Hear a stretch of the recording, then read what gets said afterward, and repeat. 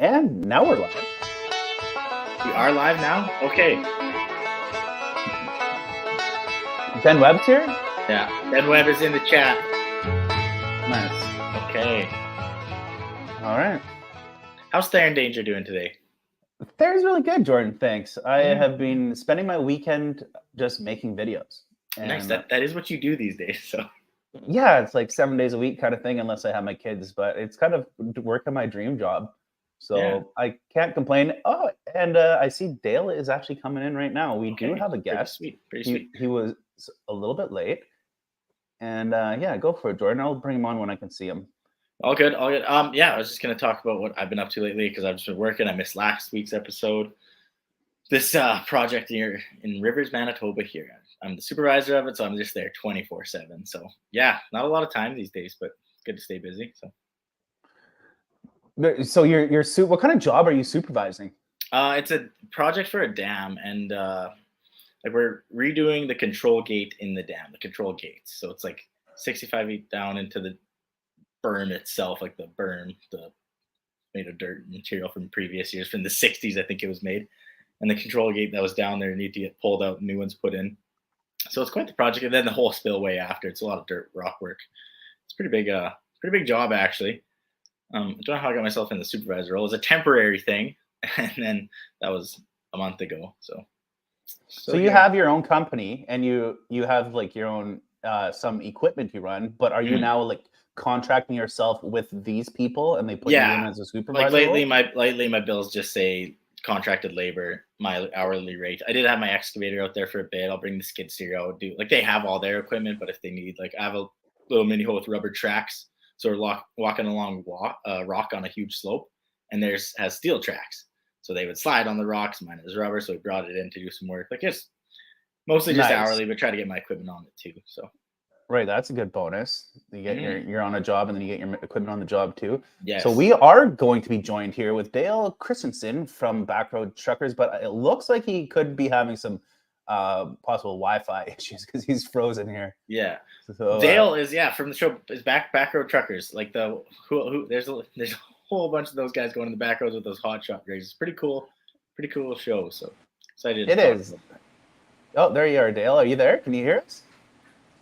That's a little bit of lag. We'll let you catch up there. But yeah, so he's like out of Barrier, and it's kind of cool because I was on the TV show Mud Mountain Haulers, and the producer of Backroad Truckers and the production company is kind of, when I left, the producer went to Big Time Decent, Jeff Kinnan, and he's an awesome guy, and he does like Rust Valley Restores, but they did Backroad Truckers too. So if there's any person in that industry that I support, it's his producer and his production company. So there are some not so good ones, but I'm a huge fan of those guys.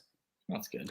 Gee, Dale's pretty frozen here. He's he is. He just texted me that he doesn't have good enough internet. Oh no! Right? Well, no.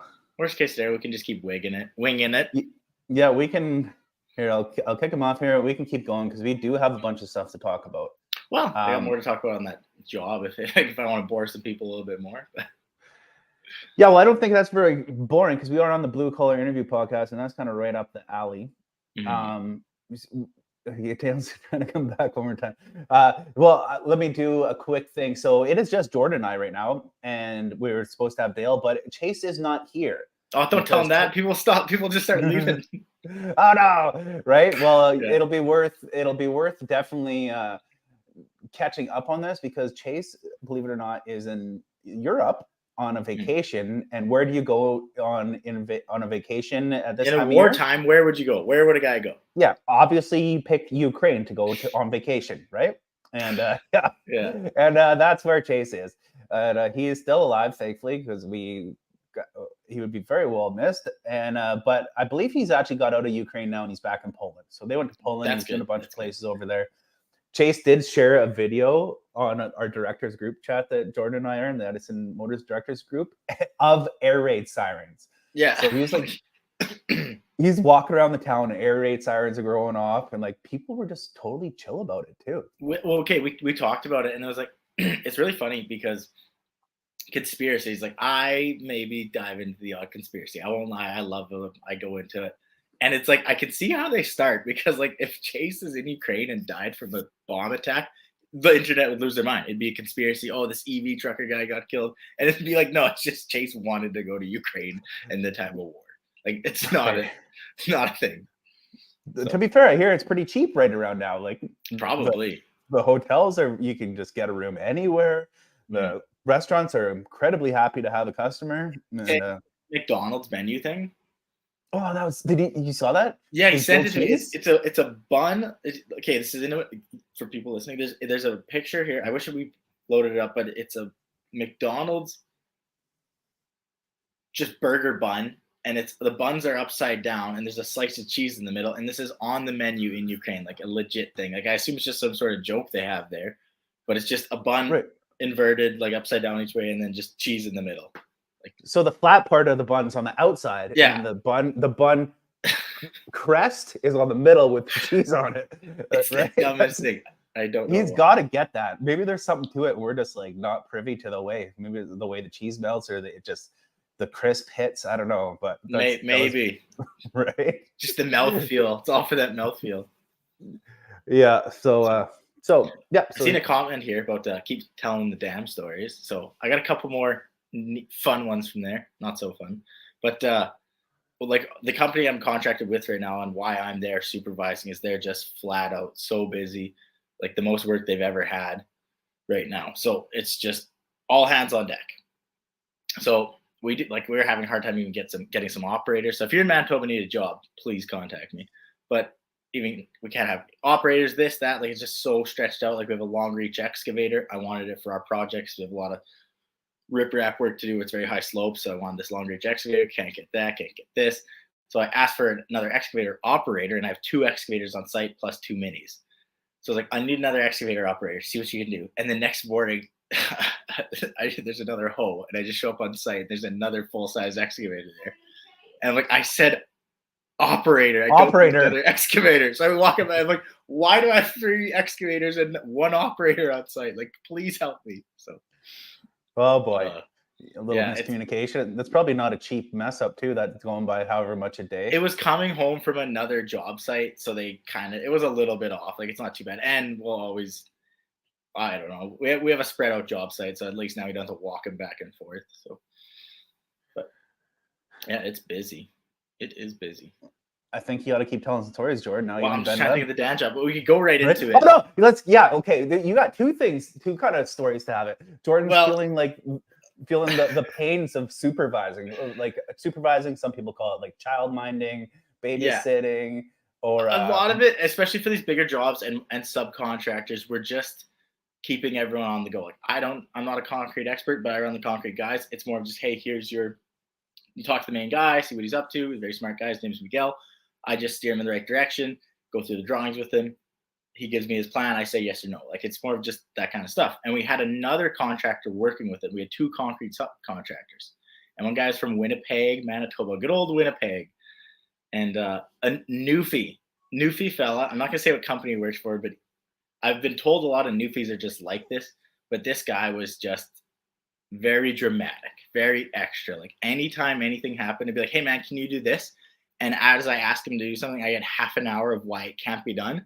And at the end of that conversation, he says, yeah, but I'll do it. And it's like every time. It was always something. It's like, oh, yeah, no, can't be done. There's no way. No one can do it. Blah, blah, blah. Sit there, look at my watch. 10 minutes later, yeah, no, I'll go do it. Like, every time. Like even one time I pulled him in the office for overlooking drawings. And he's like, hey, we have a problem. And he said the problem. Instantly, I just retorted with how we'd fix it. And he just ignored me. And we did this whole explanation, and he went through this whole thing. It was literally a good 20 minutes, and then he said the exact solution that I said immediately. And it was just like, you just wanted to create a problem and then show that you got a solution for it, and I already had it. You just needed to be center of attention. Anyways, I can just picture I could picture his wife being like, hey, can you go like fold the laundry, or like, hey, can you cook dinner tonight or something? Just like some huge thing about every time. Yeah, it can't be done. You think I can fold towels? Can't be done. No one can do it. Okay, babe, I'll fold the towels. Like this every day. So then we had it out a few times. Like first time I met the guy, we had it out because he started yelling at someone else. I wasn't even supervising then. He was just yelling at one of the other guys. And I just like, hey, cut that shit out right now. Like, there's no need for that. So we just always were on a rocky path, but we kind of would get along, not get along. So morning, a couple weeks back, we're in a safety meeting. I'm running them, and he's just hostile. He gets mad at one guy, gets mad at another guy, and he got mad at everyone on site the day before. And I had to go talk to him about that. Like, hey man, like you can't be going around getting mad at everybody. Like that's not, it's not a productive work site if I have to go put out fires because you keep starting them, right? So he kind of calmed down, smartened up. And the next morning, I found this out afterwards, but I think he was a little pinned up. I think he got a little drunk the night before, but he's just on it. Safety meeting in the morning, just on me the whole time. So I shut him down. He didn't really like it that much, but I didn't think it was a big deal. So we had some problems, but I was in my office trying to figure something out for him. He walks in. I'm like, hey, so by the way, like we'll do this and that, like letting him know some of the day plans that I just sorted out. And he's just, you can't talk to me like that. I'm like, sorry, what? He's like, you can never talk to me like that. And I went to like reply to him, and he just says, shut the F up. I'm talking to you. And I'm like, okay, you need to take it down right now. And he's just, don't cut me off. You don't even know what you're doing now. This guy just lost. Like I've never had someone yell at like that, like yell at me like that in a long time. So I just finally, I was like, okay, you're done. You're done. I kind of started laughing. And I was like, okay, get out of this office right now. You are psycho. You don't know what's going on here. Just get the F out of here. He's like, nope, I won't do it. And we start going back and forth, and nothing of any substance is being said. It's just F you, F you, F you. Like we're just screaming at each other. Nothing's being said besides you get the fuck out of here. You get the fuck out of here. That's all it is.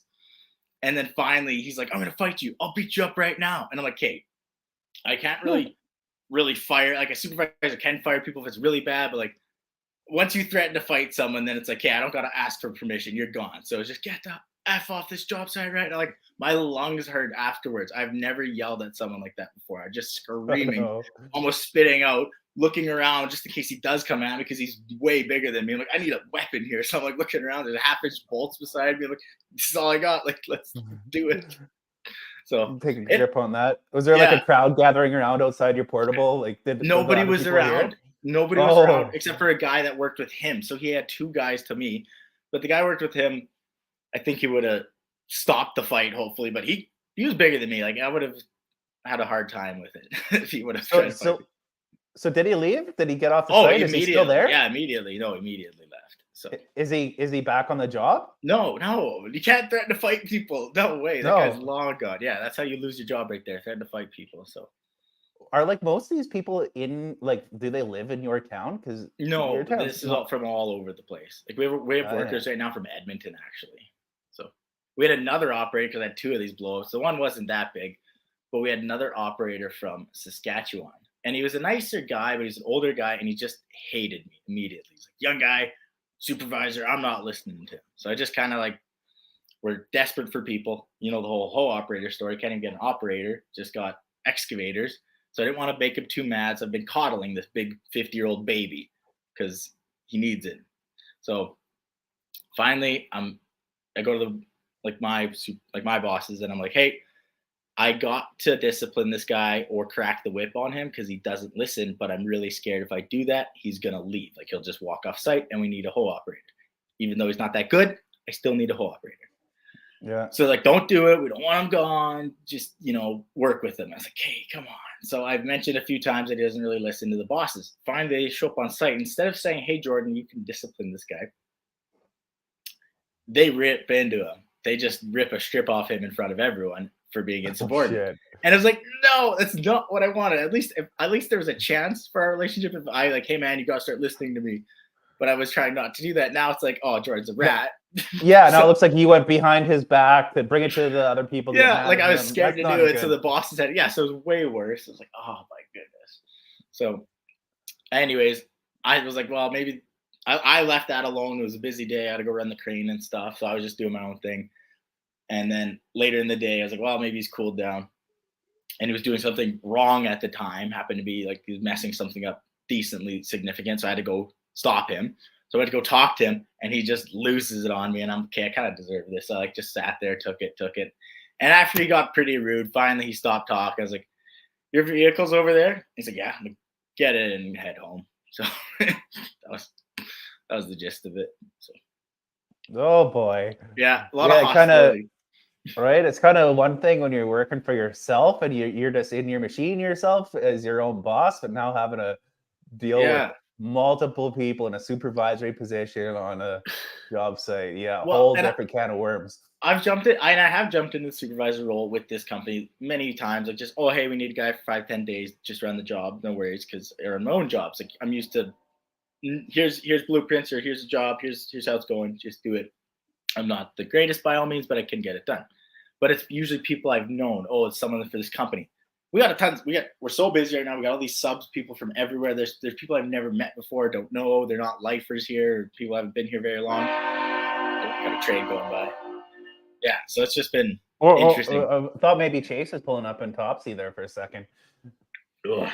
with the I got a Edison Morris train mute horn. button. I'm just working my mute button out here.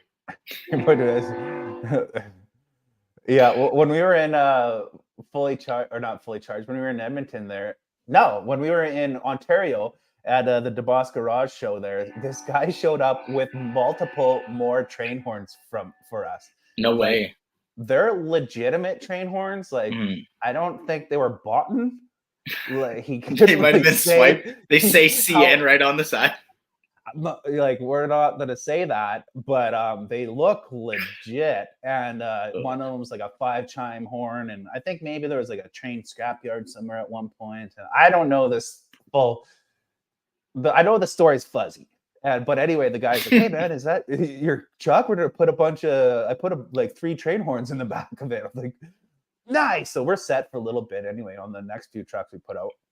Yeah. And if I ever get driving again, we might have to put one on Carl now. And you can get them because like I just wonder where he got them. But like the company I used to work with on the railway, Can Do Rail, there, like all their brand trucks, like all the trucks that would haul a bunch of cars, like they all had train horns. And man, we'd play with each other, like scare each other with them because guys, there's those derailers on the track when you go on to little off. I can't remember what they're called anymore. It's been that long. When you go off on the side of a track, there's little derailers, and like a guy would go to grab them, and almost every time you bend over and just train horn, and somehow it always get you. Like you always, because they're so loud, like it shakes your bones. In the shop out at Edison there, when we're like, okay guys, we're about to honk the horn, everyone be cautious, we're honking the horn, and then you honk the horn, it still scares the crap out of you. It was funny. They are that loud. Yeah. Yeah, it was great. We actually didn't need some like an extra separate air tank and generator for it, compressor for it. The one that's just massive. It needed to have. There's actually, for like when you're pulling up to crossings and certain things, there's different like amount you're supposed to blow the horn. Like if you're going up to crossing at certain speeds, like there's a whole thing to it. Yeah. I remember I was working with this guy and we're going through a small town. Might have been 3 or 4 in the morning. Like we're on night shift going through a small town. And instead of doing like the right before we get to the crossing, the little like it was like 1-2 quick and then a hold was like what we're supposed to do for that crossing. It was just 1-2, 1-2, 1-2 for like a kilometer before the crossing. Like just going through this town, just like train horn the whole time. I was like, man, these people someone's probably up right now, and you're just making them stay up even longer because you can't just do the proper train. Pull holes down the side of your train. Yeah. After that, who the hell is doing this? Trying to sleep. Yeah. Yeah.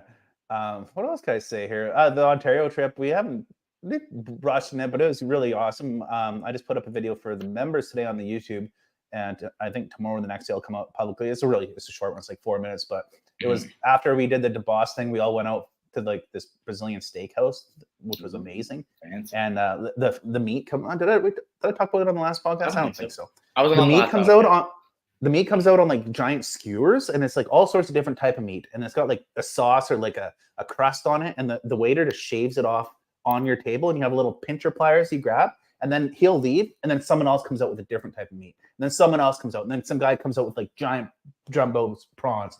So it was like probably one of the nicest restaurants, the coolest restaurants I've ever been to.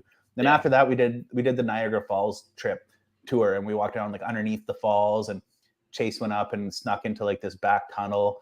And so that video is out on the YouTube for the members right now. It'll be coming out tomorrow. Every time you're with Chase and he's somewhere, he's very mischievous. Like he'll always want to do something like bad that you're not allowed you're to not do. supposed to do. You always push to the envelope. Every time you're out, it's like, should we be doing this? I don't know. But then he's got so much confidence doing it. It's like, I guess we're allowed to do this. Right, where I was just waiting because even there at you're on like this visitor platform deck where you can watch like you're at kind of down near the bottom of the falls and you're like out in the you got to wear like you can wear like a rain jacket because the mist is hitting you, but there's a button and it says push for police and we're like look at this button, push for police. I wonder what it does.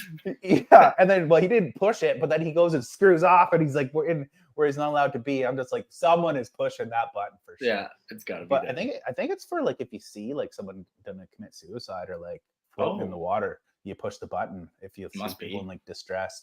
Yeah, which makes sense. And we talked about it. We looked up the stats, and it's like 30 people a year die off there. So that's like a couple a month. Like you got pretty good odds of seeing something happen if you're just hanging around there all the time. That's true. And then we also looked up all the people that survived it. And there's a lot of people that like would go off there and actually survive. So that was cool. And the DeBoss Garage meet and greet was awesome. And we pulled the Sherman tank, which was great too. I think that was definitely got to have Chase there to talk about that one. And you guys talked about in the last episode, obviously. Yeah. I talked about him a bit more. DeBoss has since put their video up on the YouTube, and it's a really good watch. So if anyone wants to check that out. That one is, I watched pretty much the full thing actually on that one. That was a good watch. Yeah, and then we had our video on our YouTube up now about actually pulling the truck around, and so there's some good content for you guys to all check out. And see that question there? Do we have ranges? Do we know yet? I don't think we do. What's this? Where's the question? I didn't see it. Rev Rats, right? Rev Rats, here it is. He says, "How are you overcoming range issues with semis, and how lengthy charge times?" Oh, well, you must be new here. We're a diesel electric, so we don't really have range issues. We're not just running off straight battery. We don't have to stop and charge. You have a diesel generator that's going to kick in and top up your batteries as needed. They'll keep them between the optimum range, and it's really hard to predict an actual like distance because we're not a highway truck, right? And we're not like pulling a set load down the straight highway on a flat surface where you can be like, oh, the truck gets what a Tesla does or something like that. No, we use it around town or we're up in the mountains. And actually, there are perfect scenarios where you would load your logs at the top of the mountain, come down empty, charge your batteries to the mill, unload, and then you go up empty with barely any weight. So there are perfect scenarios you would never have to charge your batteries. You never have to use a generator to charge your batteries. So the range would kind of be like infinite. Yeah, and, for a situation like that. But then if we're just highway trucking, then we'll be using it. Yeah, I think it could be like as low as like 10% just fuel savings on like a really just a highway trucking thing. Or you can get like 50 to 80% on different vocational uses. It depends on the grade, it depends on the weight, it depends on what you're using. So it's not really an easy question to answer, but the range issues, we have overcome them through an onboard self-charger. Yeah. Good answer. Right? And I am new. Sorry. Oh, poor guy. He was new? Yeah, there you go. Well, I can tell. We used to kind of get offended when people would say questions like that. And you're like, what do you mean? How dumb are you? But now we really embrace it because it just means that we're getting so much more reach that we're reaching new people that don't know. Speaking of reach, sorry to cut you off there, but our YouTube channel has had a crazy month. Like that is really good for like what's going on there. You're crushing it, by the way. Thank you. Yeah, it's good. It's kind of a real change of pace going from like when I was on blue collar interviews at one point before I got in with Edison, and I was a truck driver, and now I'm just a full-time director at Edison Motors, and I'm just full-time social media, which is like crazy change. It's hilarious. My fiance was bugging me. Like I'm now like a somewhat of a co-host of blue collar interviews, except I'm a white collar worker now. Like, yeah, pretty well. You're in the office. Weird. I am. I'm on a computer. I do like shipping, and I do like business meetings and directors meetings and like business trips and stuff. And I just run around with a camera, I guess, if you consider that blue collar work. But at least I've paid my dues on it. But yeah, you're around it. So right, yeah. I have a in-depth background knowledge of it, but the YouTube is kicking butt. We are at, I can tell you right now, I think it felt like just a few months ago we hit 100,000. I don't think it was over 600. I don't think it was over 6 months ago. And then last month we were at 175,000. today, checking the stats, we're at 233,000 followers. That's And crazy growth. when we went to DeBoss a month ago, I don't think it was a month ago. We branched 200,000 when we got back. So here we go. In the last 28 days, we've gained 50,000 subscribers. That is pretty crazy.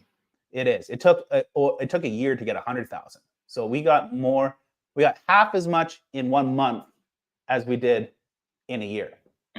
No, so that's pretty good. I'm highlighting this one here because when you plan to do the 0 to 60 speed test, when we're allowed to go more roads and stuff, I'm assuming. But hey, when you can spin the tires while pulling a low bed with a tank on it, I'm pretty sure the 0 to 60 is gonna be pretty good. Yeah, we're all super pumped to have that happen. Yeah, I'm excited to see that. Even more so, like we do want to go like do the Quebec tractor pull. That'd be awesome. But one of probably the thing that I, as like someone who makes videos, is excited for, we're gonna back those back brakes off or do something there and just do a legit smoke show. Just that'd be pretty sweet. Melt those tires off. Mm-hmm. Like what we're donating a full set of tires to that, and because like a lot of times when you're the limiting factor on doing a burnout is shifting gears. Yeah, and like you go as fast, say maybe you get up to third if you can. You wouldn't grab fourth because by the time you shift, then you'd lose your momentum and your speed and whatnot. But with electric power, you just got ballsy torque all the way. Take a D11, put a chain on the ripper, and just go. Just let it spin. Just let it spin. Oh yeah. Gotta pack some serious nuts.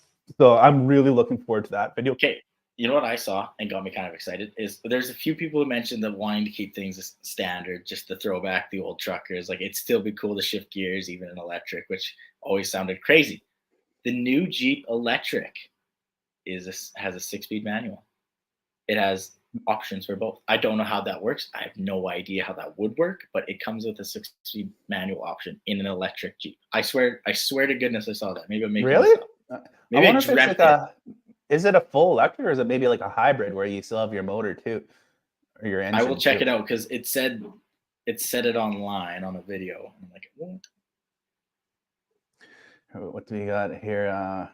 Brian says Edison in Europe would have to be super short to get around those 9th century raids. Okay, fully electric motor hooked up to a 6-speed manual transmission. That is wild. I did think about that. Me and Chase were talking about that too, because if we took an older stick-shift truck and just put an electric motor right on the front of the transmission, like you could. You know what that makes me think of is it's just like a super underpowered motor that you have to run through a transmission to get the power and torque out of. And I have seen a guy online actually do it too. Like he just took like a bunch of car batteries for his batteries and then just threw a little electric like forklift motor or something like that in the front. And that's what he did. And then just ran a stick. But it was just like wild to see a company actually doing it. Right.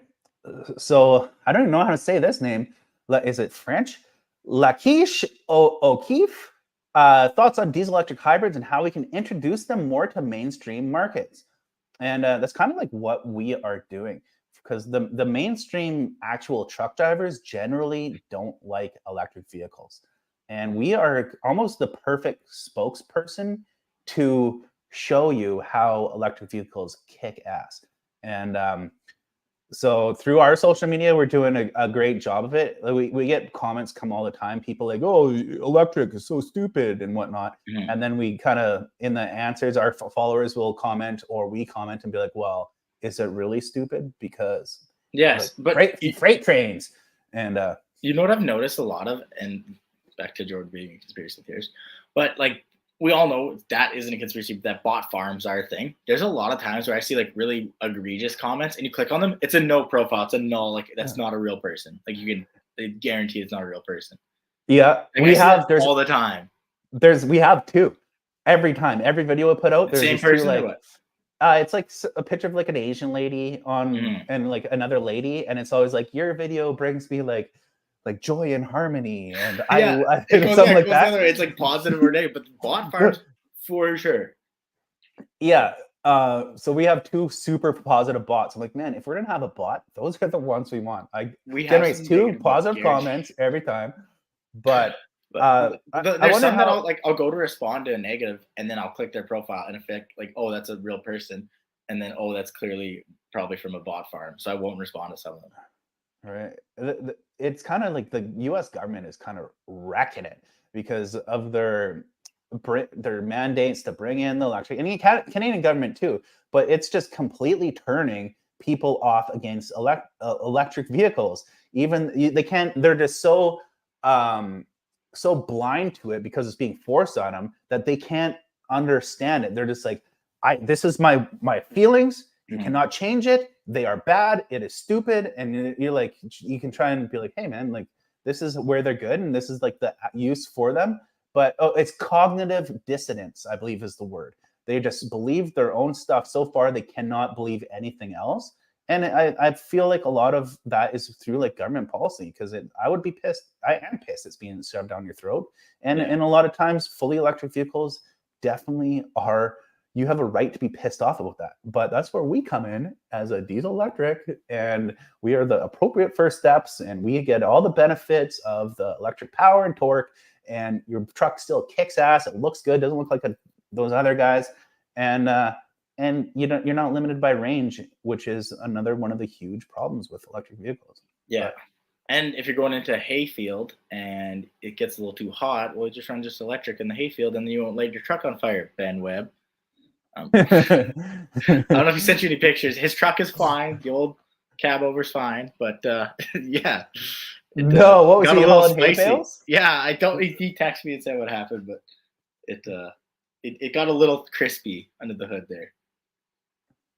What did he Uh, say here? Alternator shorted out. So alternator shorted out, but it was when he was in a field, so it's like, that'll go up real quick. right. Yeah. Poor guy. And Man, there's a but lot of the, comments in the here. there are a lot of comments, and it's hard to kind of read them and not disrupt the flow of the Mm-hmm. podcast. I could have misread kind of what that last comment meant about mainstreaming the trucks. You could also be like trying to like mass produce them or go highway. I consider like highway trucks mainstream, and that's just not what we're Yeah. really after. No, We that want to isn't what we're do. after at all. And we've talked about it with Chase so much is why we go for more vocational is these big companies are dropping like the vocational trucks. They don't want to do it. Like they don't care as much. Like Mhm. you see the Peterbilt not doing the 379 or 359 anymore. And you see them just dropping these trucks. And it's like, hey man, I want the cool beefy truck. Like And they the want to Western do the Star, and yeah, now they want to do the the quick Volvo Cascadia. highways. Yeah. And we can't compete with those guys either. They're manufacturing pros. They buy such bulk, and that they get all their costs down so much that Mhm. they just put out like cookie cutter, super cheap parts, that trucks that we couldn't compete with them anyway.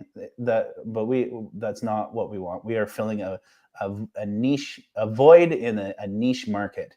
Yeah, And niche market, but still, when you put it world, like Canada, America wide, like it's not that niche. Like it just, and guys are dropping them. Like those yeah, heavy oil rig trucks, like they're not getting the attention anymore. Like the Kenworth doesn't even care about building the T800 anymore. Like they still do it, but the that's not their focus. C500. Yeah, they don't even care.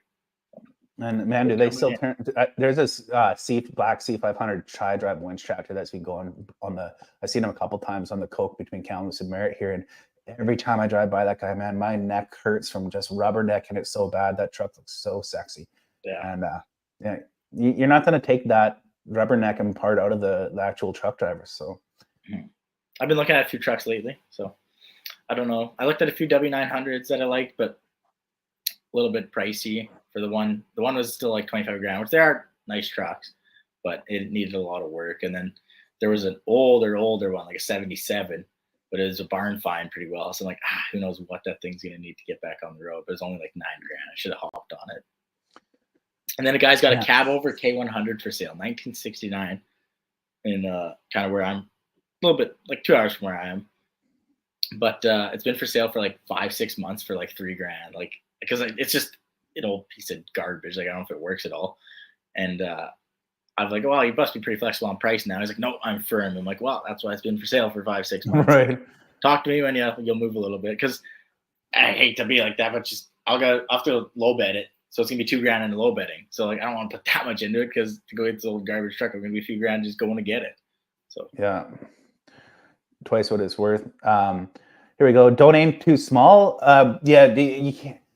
What I said could be taken like we aren't trying to go after those huge markets, but really, the great thing about the vocational trucks is there's just so many perfect applications for the truck.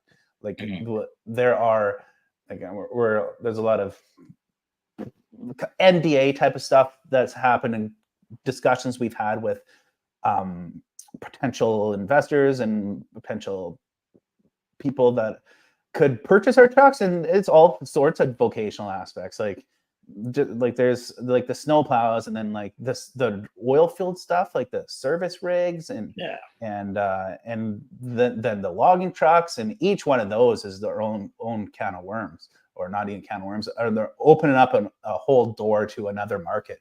So while Mhm. we're not going after the crazy highway things, that we definitely have a lot of perfect applications for Well, I even the like them gas and motors truck. just for a general heavy truck for construction companies, because like you go to set up a camp. I don't know if you've ever gone to the north to set up a camp, but power is your biggest thing the first few days. You're just setting up generators, you're setting up heat. It's always a worry. And it's like if my truck was just a generator, yeah, you're gonna want a few other generators there anyway, but it's just so nice to have that. You just drive up, roll in, and plug the camp right up to the truck and get going, and then Right. worry about sorting everything out in the next few days. It makes things a lot more convenient. So then, oh, that high boy got stuck 2 hours back somewhere else with the generators on, and now we're stuck up here with no power. We'll sleep in the trucks tonight, everybody. Like, it's just a whole Yeah. different situation when you have that truck with you. Yeah. Absolutely. You got your own power plant, your own emergency power source, Yeah. and even feed it back in your own grid at the end of the day after a day of working it hard. Just plug that thing back in your house. And like we talked lots about like service bodies and mechanics and such, and it'd be so nice for that because they're always screwing around with their generators and getting enough power for what they're doing. It's just like onboard power. Your truck is your power. So, Here we go. You guys make it over to Australia for an exhibition. We would love to go to Australia. That's another. We actually there's Brian Fleming. He's a YouTube decision maker. He's going to come on the podcast pretty soon, and he actually pulls the Australian road trains too. There you have had a person doing road trains on the yes, way in podcast the past. before, but yeah, we're going to have another one, and big fans over there. Lad Bible Australia. Lad Bible is like, yeah, the Lad Bible. They have huge social media things. They just shared an Edison Motors post on Topsy there a couple days ago, and I see that's getting some traction. So even the support from the Australians it's there, and I'm highlighting one here I want to talk about. Oh, wait, someone else just popped up. Sorry, not the one I wanted to highlight. Comments keep coming in. Stop commenting, people. Give me a second to show a comment. Okay. This guy. Okay. Sorry, everyone. Keep commenting. But Your truck kicks ass, looks good, but your model also seems to center on durability, longevity, and the ability for you, the the consumer, butt to sounded repair. like it was going to be a bad thing in there, but it's not. So Right. I've had a few conversations with people, and every time it's the same things like, oh, who's going to service it? Who's going to service it? And it's like, hey, shops will electric vehicles are a thing. There are going to be shops that can service the electric drivetrain. And here's what I always come back with: is who's going to service it? Is a lot of these guys out here aren't actually pulling their motors or their transmissions. Everything else they can handle, but a lot of the guys out there, a lot of these owner operators, few of them do still strip down their motor and do it. I'll give it credit, but I know a lot of guys who are. And when it comes to the engine, comes to the transmission, that goes to the shop. So that's just the same with the EV, except the big difference with our truck is everything else we're trying to make that as user friendly as possible. So Right. like And changing your lights, changing fenders, changing anything, just it's all user friendly, popular, on the shelf items, make it easy for you. And no, you probably won't be able to service your electric motor yourself, but I bet you don't service your C9 by yourself right now, your C15. So no, and it's eliminating so many more components that you would normally have to service or mhm. work on. Like in your standard vehicle, you have your transmission, you have your diffs, you have your driveline. That's a issue constantly. And then you got your engine, and with you got however many hours, and you need a rebuild. But a generator running at peak RPM, the longevity for it is huge. You eliminate all the problems through having your transmission and your clutch and all that. So you're taking all those away. Really, what are the serviceable parts or the electric parts that you wouldn't be able to service? Well, there's not very many of them. That system is pretty like it'd be the high voltage stuff, but even that lasts so long and it isn't really prone to problems. So all the high voltage stuff, yeah, you'd want to have a person to do it, but everything else, the standard things that wreck on trucks, that's stuff you can service yourself with parts off the shelf, not a $2,000 headlight from someone like John Deere. Yes. And that's why I was bringing up, is because the guys who mention it, I know they're not the guys pulling their engine. So it's like, you weren't going to service it anyway. So why do you think you're going to service this electric motor yourself? Like, you're not that guy, pal. You're not that guy. But if you crash into the side of another truck and your fender gets bowed in, it's just sheet steel. Go to your shop, get your welder, fix it yourself. Like, we're making this for you to be able to fix. Not like John Deere. We're giving you the right to fix it. We want you to fix it. We actually, that makes me think of, I went with Chase a couple weeks ago. We went to Tycroft, and they are a trailer manufacturer. So they gave us a tour of their facility, which is pretty neat, because as Edison grows, we're not going to be able to build everything in our shop, especially like producing a bunch of trucks. So we're trying to find production people to help us mainstream our production. So they gave us a tour of the shop, and it was really good. A really good video to check out, you guys, it was informative on our YouTube channel. And it was really neat. You got to see like how they have like the steps that they do to build a trailer, and like from everything, and the lines they do. And they do this CAN bus system where it's like you have a part, and then another part behind it, use this part, and that moves up, and then you bring the tag to the ordering desk, and then they order something. So you never have like a huge inventory of everything. Everything's kind of well kept track of, and then always progressing. And then the moves the line ahead as the different steps are done. And then you can pinpoint where your holds in production are. And it was a really cool interview. So it's really neat to be with Edison, to watch us grow that way, because it's one thing building a truck in a canvas tent in the backyard, but as we want to be more serious about becoming manufacturers, there's a lot of room for growth and a lot of room for us learning. So that's now I kind of get to look forward to that as a content creator, is to go and visit shops like that and watch us grow as a company that way. So no, the guy who mentioned the comment about us fixing our own stuff, how he had butt in there, he just said, I meant that comment in a good way. We knew you did. We knew you did. Just that butt threw me off. I was like, wait, what's it gonna be? What's the butt? It's gonna be bad. All right. Oh, BW delivered trailers from there. That's it. I was gonna say too, because there's other people listening in their car and stuff. Like, yeah, we're reading out a lot of comments, but you've been reading them out, so that's good. But if people are wanting our chat here while we're live, there's lots of comments in it. We're just reading out from there. That's right. Well, I said canvas, right? That's a communication, how the truck communicates with the electrical lines. I meant Kanban was what, and who said that? Kono Bikundle dude or something like that in the comments. He corrected me, so thank you for that. But speaking of repairing stuff, I have found out how rock trucks are made for a reason. Now, obviously, when I say that, everybody knows that, but I'm just gonna elaborate on it. Everyone knows you need rock trucks. Our rock trucks at the company I'm with are broken. We need them right now.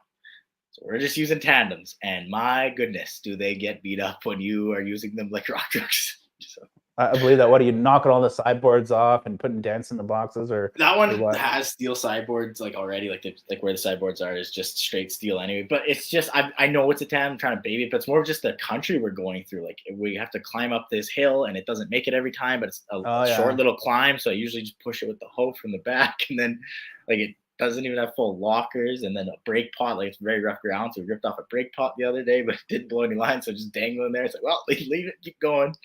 And the thing is just taking a beating on site right now. But is it an owner operator's truck? It's not. It's the company truck. Oh, good. There is an owner operator who's going to bring his for another portion of the job, and I'll be like, hey man, I'll treat yours a little nice. I'm not treating the one badly on purpose. It's just how it is. Like, we need a rock truck. We're working on, like I mentioned, I wanted that long reach excavator because we're working on a bank where I have to slope everything back at a 3-to-1, but I can't remember how many feet it is. Anyways, the standard 225 excavator I have, you can't reach top to bottom at all. Like, you barely get halfway. So we're doing a cut in the middle and a cut below. And we have to get this T800 poor little tandem to back down these broken swamp mats and find his way over to me, and I load him up. Then he's got to do a tight corner out of there, and it's a mess. So really could use a Yeah, rock right now. I believe that, and I can relate too. I'm getting good on with all this. We have a GPS system, an $80,000 Trimble GPS system we bought for this for previous jobs. We're just breaking it out now, and I'm Like getting pretty good at for it. your leveling and for your grade It's and not that. on the hoe. It's just like the walk around one. Yeah. But like I gotta go walk around and check everything with it. But I'm getting pretty good at it. I've never worked GPS before, and now I'm like the guy for it over there. So I'm getting pretty good on it. But it is confusing. There's a lot to it, and it's I bet scary that when stuff's I off. bet I bet getting good at things like that would help you also improve on your operating. Well, I do find it's nice because not just operating, but like you know, I do have my own company. But if other contracting anywhere you go, it's just nice to be able to like, oh, I know GPS systems now, and then I don't know. I think maybe it would assist your operating a little bit. It helps you visualize things as you're doing it because you Right. go Yeah. set up your whole points and then you know what you're doing. So Right. That's kind of where I was going to. mhm. Um, yep. Okay. I was gonna say. Should hide I that comment. spent Sorry. I spent all last week, like 5 days, pulling Chase's TikToks off his TikTok account. There's this app, Save Tick, and you can rip them off without the watermark. And then Okay. I ran them through my editing program, got descriptions off them, and reposted them onto YouTube. So we have on the YouTube channel 5 months. I think April 15th we're scheduled to. So there is a new a new YouTube short coming out on YouTube for 5.5 months, and it's all Chase's old logging content. That's good because So a lot of people like those, and there's that damn woman on Facebook who keeps posting them. Irene, right? Irene drives me Ah, mental because people like she plays with it too. Like she'll talk like she's from our perspective, and it's like you aren't a part of us, Irene. Like no one. It's just like for people just listening to this lady on Facebook just comments or not comments. She reposts all Chase's old video, and they are watermarked, so like they're not. You can tell they're not her content, and people just think it's us, and like we'll like comment with her, and she'll reply to these people comments, and it's she's just got a some like ton of old lady, followers. ton of She's got a followers. ton of followers, man. Like over 10,000, I believe. Well, she posted a video And the other day, and it had like it was crazy. Like I think it had like 80,000 likes, and it was one where I was there, so I was in the background. I'm like, who is this Irene, and why is my face in your phone? Why is my face in your right? videos? There's another guy, it's Chase Barber, and some picture Chase like when he's over in Europe on like a vacation too, and he's got a ton of followers too. Mm-hmm. So now at least having them posted to YouTube, because they're all posted, we'll have like posted them first, and then if anyone else tries to do that, then they can get copyright infringement on them. Yes. And a lot of the stuff like it will like people. Okay, a lot of people. Okay, you're an EV company. You're making EVs. I don't believe in EV trucks. It's like you're hippies type of thing. But this helps just to legitimate what to make it Legitimize, make it known. legit. I don't know. Yeah, that Chase is a blue collar, hardcore trucker logger, like an industrial worker, and where he's coming from is a place of knowledge and experience in the industry. Because Mhm. people that just find Edison Motors now, they don't know that Chase was like a big time logger for years, and that Yeah. like he was on Highway Through Hell, and he's got like a great big I love seeing trucking the old background, Highway Through Hell clips, and you see Chase. Oh, hey, Chase. right? So, Right? I highlighted a comment here. I was curious about what your thoughts are before I say anything. Oh man. So people shared with me the video of Jay Leno driving the Tesla, and I've watched it. I watched the whole thing, and oh my god, like he's so old now. And He does look old now. Okay, he's out of touch. Like his questions were like he wanted to know like about the doors being opening the wrong way, and that was like a huge point for him. And I he thought the was door was in the back of that thing. right. No, Is it not? Where are the doors for that thing? no, I think they just open like suicide style. And then he's like, Oh, "Oh, is that legal to have suicide doors?" yeah. And like for like a car guy, they could have got any other truck driver. Be like, "Hey, you're in the parking lot of Loves right now. Come check this truck out and see what you think and give me some feedback." Mhm. Any truck driver in the world would have done a better job than Jay Leno did. It was cringeworthy in my What opinion. made me really mad is how they hooked up to a semi trailer, and they talked about how it's so fast to hook up to a semi trailer for the Tesla truck, and I was like,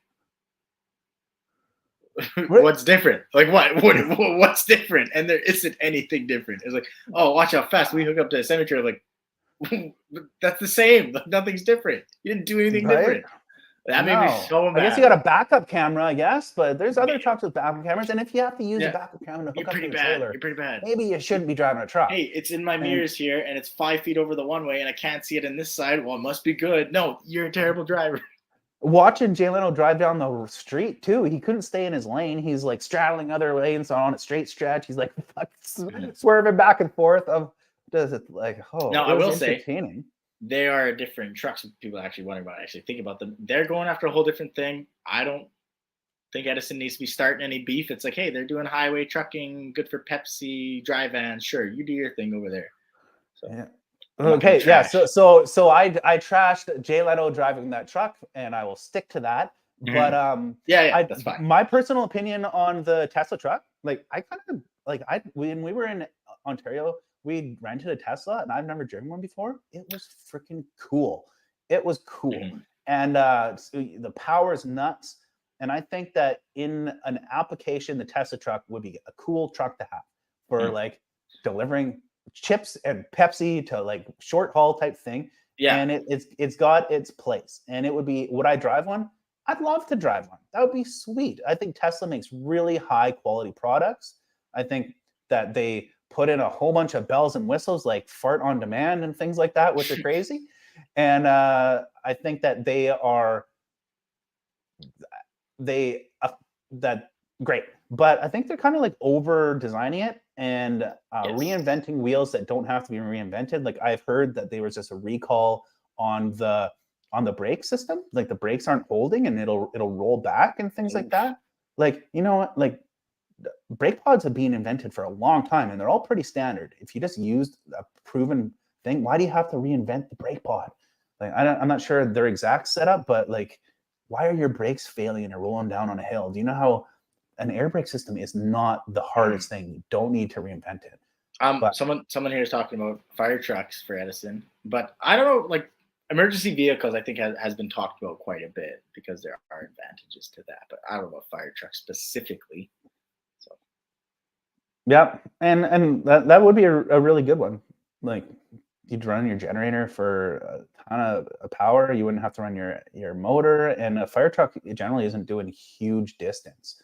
Like you're not driving like 900 kilometer day in a fire truck. It's like just around the city. Like you could probably do the whole thing on electric. A fire truck is pretty good on electric, but to have your generator to be able to top up and to run your PTO off and or run your electric hydraulic over electric PTO, is that, or is it whatever the way you say it, would be a great application for it. And there's a lot of uses you can have as a power plant for a fire truck. Fire trucks get called to all sorts of emergency situations. All sorts of things. And I know a lot of the emergency tools are actually switching to electric. And with electric, we have other batteries. You could just be a charging station for those batteries. Like if they're a multi-car collision, they got a few of those jaws of life. They want to have batteries charged up, ready to go. Well, go through a few. So. Which is sweet, all electric stuff now, like chop saws and stuff. However, they might be like $1,400, but they're pretty sweet. No, way more than that. They're like $2,400. Fire truck need a high PTO horsepower. Yeah, with electric, man, you can get some pretty good power out of your PTO. And, get the T truck, the Tesla truck. I assume that is on a dirt road and a belly scrape. Yeah, the Tesla truck. Yeah, probably. So the Tesla's has their application. Yeah, and I would love to drive one. Fire kits, retrofit kits. It was. On Jay Leno's test drive, the guy was saying, he was like, "Oh, the truck rolls back on the hill when I'm just parked on the highway."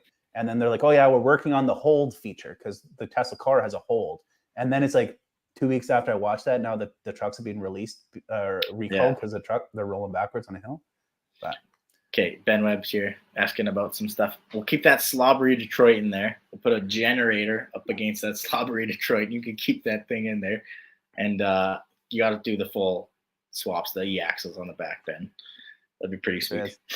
That dirty cab ETA on the start of the retrofit kits as well. So as we're in between the truck builds here, there is more time and thought and getting put into that. And so we're working on it. I talked to a trucker who had, like, we were talking about ideas, and he liked the he mentioned an idea of just doing just the generator and then a little motor to power the existing drivetrain. And I don't love we all don't love that because there's more parts to go, blah blah blah. But one thing he brought up was he's like, I'm a small guy. I'm sorry to say this, but as a small guy, I can't buy a full, like maybe as an owner operator looking for a new truck, I can afford it, but as a small contractor, I can't afford it. But if you guys are just doing a very bare minimum, like generator, then little electric motor, like 300 horsepower electric motor, to power my current diff of my single axle dump truck, I can maybe afford that swap. So is there any interest in that? And I was like, you know what? Maybe. I don't know. I don't disagree with him because it made me think like I probably couldn't afford an electric truck right now. Like I probably couldn't afford a full swap. But if it was just a simple, like the like we had a very, very basic swap kit, I was like, maybe there's something to that. And only like one battery, one set of batteries, like not a whole system. I know we don't got to run for half an hour, 45 minutes. What if we only run for 10, 15 on electric? We don't need that just bobbing around town. Literally, sometimes it's a 5-minute drive sometimes in town. So I think that probably is more of a Chase Eric question, but I don't think you would really end up saving a ton of money with that because you're just making the system far more complicated now, and it ended up costing you a bunch of money. And now you're working in tighter spaces, and you have to like to run the electric motor and power a drive line out of it. Like that torque, that's the problem we had with Carl was we just snapped the drive line. So you're gonna have to really upgrade that and make it heavy duty, but then you're dealing with all the components you already have, and the electric torque powering all your power, your everything that has been running off of driveline and internal combustion motor. You're opening up a whole other can of worms with that. Like it's doable for sure. Like there's definitely things like that, but I'm not sure if that's a route that it wouldn't be our first route that we're going. It'll be maybe an afterthought way down the road, but we got lots of time. Yeah. But like I said, it's just that other market that's gonna kind of be neglected because guys just can't afford to get into them. But that's the cost of doing business. Yeah, what's that mean? Okay. What else can I say? I'll do a merch plug here. I think we got within the next week, I believe, we're gonna have the hoodies show up. So we got Edison hoodies and Topsy hoodies, and my DTF hoodie, a new hoodie I have, it's coming out here. Jordan and I have briefly talked about trying to get some blue collar interview merch. Yes, so we did talk about that. We haven't really done much about it, but we would like to do that. If any of you guys in the comments let us know if would probably stick with the original blue collar logo, but I would wear that shirt. I would wear that shirt for sure. I even like Chase's idea of just how he talks about sometimes being just like a better apparel thing, like how we might get like work pants or something, but like let's ship in some bulk work pants and work jackets, and if they have a little logo on them, it's more just of our apparel. But like let's get some quality stuff. Even like I'm a big sweatpants guy at work, love having them under my cubbies and stuff. It's like if we just brought in some quality sweatpants and then threw a logo on, like I'd rather be that. I'd rather be known for like, hey, like I like this company, so I'm going to support them and get their logo on my clothes, but also they have great clothes. Right. Yeah. And that's one thing that is kind of my position here is now I deal with the manufacturers and that, and I've actually turned down I will generally order like a demo, and like say for like a hoodie, like the hoodie, you'll have to pay like $200 for the first hoodie because they don't want people just doing one-off things. Yeah. But if you're about to spend $2,000 on or $3,000 or more on a order of hoodies, just getting that first $200 hoodie just to verify size and quality and all that stuff off the bat. So I've had to turn down a bunch of stuff. I'm like, this sucks. Your sizes are wrong, or I don't like it's like rough on the inside and it's not warm enough. I like that we do that because I know people who get merch and it's just garbage merch, but we had a big screw up on sizes there, and I still have a bunch of shirts left that like if someone orders, we have one solid shirt that if someone orders like a large, I have to give them an extra large. And if they order a double extra large, I got to give them a triple, which is annoying. But that was a lesson that I have learned and we've corrected. Now you get the demos. Yeah. So now I got the demos, but I have a t-shirt showing up, and I've learned about GSM, garment weight. So it's like how heavy the shirt is, it reflects the quality and the thickness of it and stuff. So yeah, we're learning all about that. And we'll have that. So with the nice flannel shirts. Sorry, flannel shirts. Yes. So Wiley Coyote says, do flannel shirts. And actually we found some, and except to do your minimum order is 12 grand. And so we don't have a 12 grand budget in the merch store right now, although we're like kind of using it as like a piggy bank to try and save up to increase our reach and stuff like that. But there's these flannel shirts, and they are there's 3 colors, and like obviously you got to get flannel shirts with Chase. And they could be like in the merch store. It should be Chase Barber flannel shirt, not just flannel. Yeah. Chase Barber flannel shirt. And they're welding shirts. It's like looks like a nice dress shirt that you'd wear out to like dinner, but it's flame resistant or flame proof or whatever. And it's a welding shirt, so it's like a shop shirt to wear that looks nice. Thanks for not saying the R word and offending me. So flame retardant. Thanks, man. I don't want to get. Yeah, it's an attack. So it's a personal attack. We have them picked up for when we ever get the budget for it. Yeah, nice. Club. I was going to talk, Kate, with plug-in merch and stuff. Kate, if people enjoy our content, they like listening to us, please tell your friends to listen. It helps get more contact on the podcast and the YouTube. Just share us, talk about us. It's great. We appreciate it when you do that. So yes, and we should reiterate before, we have had a couple instances with a couple companies. One was a shipping company that did lost our headache rack. Another one was like a company that made some like electric style golf carts. Anyway, people see these videos and they're like, we're gonna go and leave them negative reviews, and it doesn't work. They just get the reviews. It's cool that they support it, but it doesn't work. It's nice to see your support, but they get the reviews taken down, and then they take down all the other negative reviews, so they actually move up in ranking because all the negative reviews go. That they can it's counterproductive. So if you ever feel compelled to, on behalf of us, go leave someone a negative review, don't. Just please leave us a positive review. That's way better. Just we appreciate like, I love the that thought. But give us a positive one. Yeah. So I'm heading out. I was going to talk about something. None of our listeners care, but I'm a huge gun fanatic. Theron, do you like guns? I have like over 30. What? I did not know that. I have multiple gun safes, and okay, that's impressive. I thought I was gonna like drop on you how I have so many guns, and I'm at like 25, but 30 is quite the collection. I don't know. We're probably gonna bore people. If you want to leave here, we're gonna talk about guns for a minute. But I just bought one that I thought you might be interested in. Oh yeah. I think with YouTube you got to be careful. Can we not talk about them even? I don't know if you can. If we show it, it might. Okay, we'll talk about. We'll call them. But we can talk about it. No, I'm not gonna show you. We can talk about it. Okay, there's like 4 in the room. I know TikTok wouldn't let me. If I put anything up with my firearms, TikTok would remove it, and I get like a warning. We'll just say buns. What'd you get? Okay, they're not that cool of a gun. They're not that expensive. Okay, back to the cool thing. They are a cool gun, but they're not that expensive. But it's a Kel-Tec Sub 2000, which is a foldable 9mm carbine rifle. So it folds up to about this big. I should go grab it. Folds up to about this big, and you just press a button, folds out. It's a little 9mm. Takes Glock magazines. Very cool little gun. So quiet. I know if guys have 9mm, like you shoot a 9mm pistol, it's so loud, it's kind of like a little too much to shoot without earplugs. This thing, you could just whip this out and start popping. Like it's not bad at all. It's very cool. So nice. I'm love very that. Happy with it. Yeah, and those little the 9mm rifles, they're so sweet.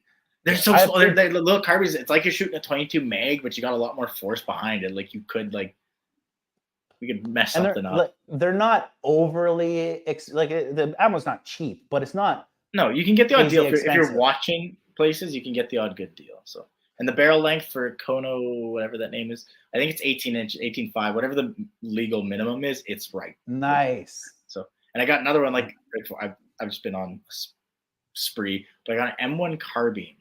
So I don't know if people know their M1 carbines, but that's a World War II military gun. They gave out to officers and such. I might have talked about this one before already, but such a sweet little gun, 30 cal carbine, the good little 30 cal bullets. They're pretty sweet. So very happy with it. That and you're going to the gun range now? Is that what you're doing, or no? I don't really gun range much, but I go to the farm. Your backyard? Yeah. Well, not this backyard here, but I go to the farm and plink. Lone Alaska informs us that you cannot show them on live stream, but you can talk about them. It's fine. Okay. That's good. Good to know. Okay, I'll leave them over there, but very cool. I have 8 handguns, and I got a couple Berettas, a couple 9mm, and I also have an AR-15, which is You still and you allowed know to who? have that? Do you, no, I don't.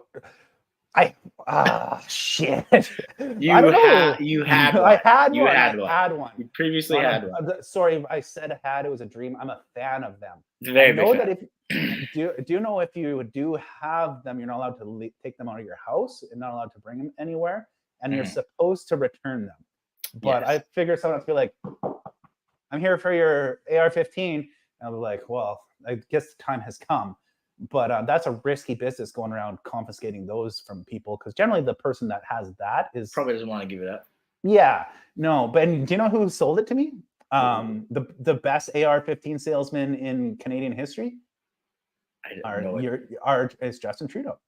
Yeah. So when he was in a Bantam, we all just went and bought one. We're like, well, they're getting Oh, banned. yeah. No, I'm gonna go exactly. buy one. Now I want one Yeah. even more. So, someone just asked if the 30 cal is the non-restricted. Obviously, it's the non-restricted one. Don't be a dumbass. Um, the original World War II ones had the too short a barrel length, so it's like 18-inch. But I think our legal legality is 18.5, so you have to extend them. But I don't think they allow for for custom extended thing. So yeah, I have the legal one, dumbass, and I have my restricted anyway. So Right. Yeah. No, I have the illegal one. It's at my house, and the address is.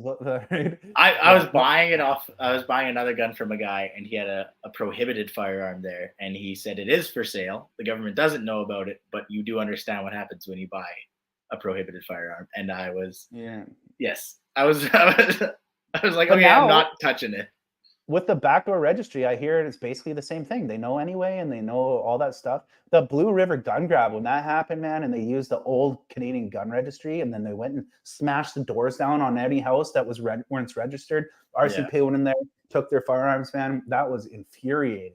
And after that, you're like, and then they brought in the backdoor registry. So now you don't register it when you buy a firearm, but the the store that sells it to you registers that you bought it. So it's the same thing, it's the same which thing, is and I hate that. bullshit. If you buy private sale though, still it's not really a thing. I'm not sure how it works, but the last few about private sale, we didn't do any transfer or anything. So Yeah, yes. but I think they're trying to crack down on that. This Mark Henry comment a few times, very nice. But yeah, I think it's awesome. A couple of EV guys talking about guns. I Right? love it too. I know like we may have lost some listeners. You don't hate on us for liking guns, but some of us are gun guys, so we like to talk Yeah. about them occasionally. And I grew Chase has a few, but he doesn't really talk to them or talk about them. So when I grew up, my dad was the vice president of Camden's Gun Club, and I was in like nice. I was in 22. He was also he would host IPSC matches, and that's like that kind of that when you run around with handguns and you run through and you hit the target and a popper pumps up and he does that, and he got really good. He was like to the point where he could have gone on the compete with like Canadian teams and things like that. And then I was in like 22 shooting when I was like 6 until like a young teen. You were in And team shooting and stuff. Good job. That's cool. yeah, I like yeah, this guy's comment because as soon as Edison makes me enough money, that is exactly what I'm doing. So right. yeah, Yeah. I'm going down to the States and I will no longer be a Canadian. So sorry, Yeah. that's too bold of me to say, but I can't say it here any longer. So Right. Okay, let me touch on that briefly. So my fiance is from the Czech Republic, and in Czech Republic it used to be communist, and yeah, the communism fell the year that my fiance was born, and her parents lived through it. And when it fell, like they lived through it until they were adults and had a family, and their parents went through it, so they are very well versed on it, and the pros and the cons and everything about it. Man, when they heard about how we can't share the news articles on our social media that's now, communism. they were like, "Oh, that's communism." And like, I have legitimate. They live in Czech. They live in communist country, and they're like, Canada's turning communism. And there's a bunch of other. And you say that to some policies. liberal people, and they think you're going crazy. It's like, no, they try to take our guns. They limit our news. I'm sorry to tell you this, but that's the start of communism. Like, why is that even a surprise to people? But we probably shouldn't get too political because when we get too political, it gets really heated. Not heated, but like people don't like it. I don't know. Like I thought a lot of blue collar people share the same people, but sometimes it gets negative reviews. Right. it splits the crowd, and there's no reason to do We'll that have on Carl purpose. Wren saying we have to suck Trudeau off. So Right? yeah, Yeah. liberals. And I'll Maybe we briefly shouldn't have talk shouted on. him out like that. We'll have to cut that out in the non-live. So one other thing that, because as we're progressing, a couple things I can bring in. We are changing the Edison Motors slogan, so we're getting away from stealing Tesla's idea. Okay. And so that there's a vote on the YouTube community tab page right now. And so there's like 5 different suggestions, and one of them is leading with like 58%. So most likely that's going to be the new slogan. And so we're getting away from stealing Tesla's idea. And as we're progressing with our YouTube, we're also going to probably limit swearing, which sucks because I'm the editor and I have to be like, it doesn't suck, but I have heard some people mentioning it, and I do understand. Sometimes I understand this perspective. Like sometimes there's guys who have like their kids around and they want to throw it on, and they don't want to worry about us talking about stuff. And it's like, you know what? I'm not. I even earlier in my story, I was trying to say F more than actually saying it because I understand. A guy wants to throw it on, and a lot of us are getting 25 to 40 years old. You don't want to swear around your 2-3-year-old. I get it. I'm fine with it. And like, yeah, especially with like the EV challenge now. So we're doing like a high school EV challenge where we are providing kits. There's a ton of people have fully sponsored them. This thing has grown out of proportion. And so high schools are going to get an EV kit, and they're going to get to have a few months, more than a few months, to build a car, and with this like as a go-kart components. And then we're having a testing thing, and then the winner gets some stuff and like potential position within Edison to work the summer and things like that. So it's pretty neat. But with that, like a lot of the high schools want to show our videos. And if we're like F-bomb, blah, blah, blah, F-bomb, which has happened in some past videos, it really doesn't look good for that. And then it also really limits our audience unnecessarily. So what we're going to have to do is I'm going to have to, when I edit the videos and I notice someone swearing, I have to either bleep it out or make it go mute or do something. So that something has been decided, and it's perfect. So Chase did this one video where he was what are we doing? Chase was talking about a wig, and he's like, yeah, I like to have the wig because when you got low air, instead of your low air warning coming on going meh, and he did this like really annoying meh buzzer noise. So I've gone back and found that footage and clipped it out. So now if someone swears, I like that. If someone swears, it's gonna be Chase doing the annoying low air buzzer thing. So the last video I did, I don't know, like 2 days ago, I did put it when it's like an 8-minute video, and it's on DeBoss Garage's day, and there's a ton of burnouts on it. It's like I kind of like the video. And it hasn't got a lot of traction, maybe like not even 10,000 views right now in like 2 days, which is a little disappointing. But there's a couple times the buzzer goes off in there. So if anyone hears it, you didn't realize that's what it is. Although I did notice after I watched the video back, I missed someone swearing on one other point. That's fine. I get the odd one in there. Yeah. It's the rants where we're going along and like you say 10 words and 5 of them are swears. Like, hey guys, maybe we don't need to do that. The odd one, like, but Mechanic Dan's he's definitely winning the. Doesn't even speak English. It's just swear words. Yeah, he's a top shot. Okay, right. It's getting long here. I'm gonna head off soon, but I had there's Daniel. Daniel says, what's fillers? Yeah, so Darren, no swearing on purpose because I'm gonna have to. It's gonna make a lot of work for me, and then it's just gonna be Chase doing the wig noise. Okay, I had a question before I go. It's back to gun. Sorry, guys. I'll make it quick. What's a gun you have multiple of because you like it? I have a couple SKSs. A couple SKS. Okay, not bad. And I have a couple 9mm Berettas. And I guess obviously it would it be this caliber count, or is it just like the make? Because I have a ton of 22s. So then you just like specifically like I have 2 1911s or 2 different caliber. One's 22, one's 45, but I just like 1911s. So 2. I have a couple of. I have a couple or a few 303 British, which really what an odd thing to like. That's so weird. I'm glad I asked that. I got them from my dad. I don't really like that gunman, and one of them has a wood stock. I killed my first year of the 303 British. First man, those things. He's like, well, it was great in the war. I'm like, yeah, jeez. I wonder if I could show this. I have a 303 British, and it was the when they converted some old army rifles to hunting rifles. So that's the nice stock. but I found one while digging in a demoed house and dug up the basement. I found just the stock, like the barrel left over. And it's all seized Oh, up. that's cool. So yeah, I have that in my house. But okay, That's thing, cool. the thing I have 3 double barrel shotguns. Yeah. Okay. I don't hunt with double barrel shotguns. I never use them, but I love them. I Are have they one with over hammers, under or side by side or both? side by side, double barrel. Love Nice. them. Don't know why. Just my thing. So What is it? I have a never use them. Never use them, but just love having them. I have one, and it's what is Satori, I think it is, and I used to trap and skeet with it, Yeah. and a lot of duck hunting with it. I love it. That's probably my favorite out of all my shotguns. Packed Pluto. It is Mhm. not a 10 gauge, guy in the comments. Not a 10 gauge. That would blow my shoulder off. One's a 16 gauge with Damascus. It's a barrels. 410. It's a 410. One of a 410. I do want a 410 double barrel. I think that'd be sweet. I've seen one at a gun show, and it was so little.